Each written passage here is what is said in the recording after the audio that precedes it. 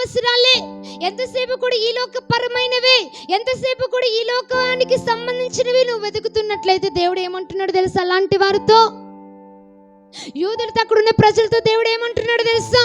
మొదట నా నీతిని, రాజ్యాన్ని వెతకండి.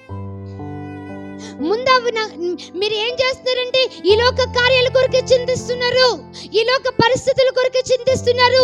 రేపేం జరుగుతుంది, నేడేం జరుగుతుంది, రేపు నా పరిస్థితి ఏంటి, రేపు నా అప్పుల బాధలు ఎలా తీరుతాయి, రేపు నేను ఇల్లు ఎలా కట్టుకోవాలి, నా పరిస్థితి ఇలా ఉంటే నా భర్త ఏమైపోతాడు, లేకపోతే నా భర్త పరిస్థితి ఇలా ఉంటే నేనేమైపోతాను, నా కుటుంబం ఏమైపోతుంది, లేకపోతే అనారోగ్య సమస్యల వల్ల ఏంటి జీవితాన్ని, వీటి వీటి వీటి వీటి ఐహిక విచారముల మీద నువ్వు మనసు పెట్టి దేవుని నీతిని వెతకడం పూర్తిగా మర్చిపోతే నువ్వు దేవుని కార్యాలను నువ్వు జీవితంలో స్వతంత్రం చేసుకోలేవు.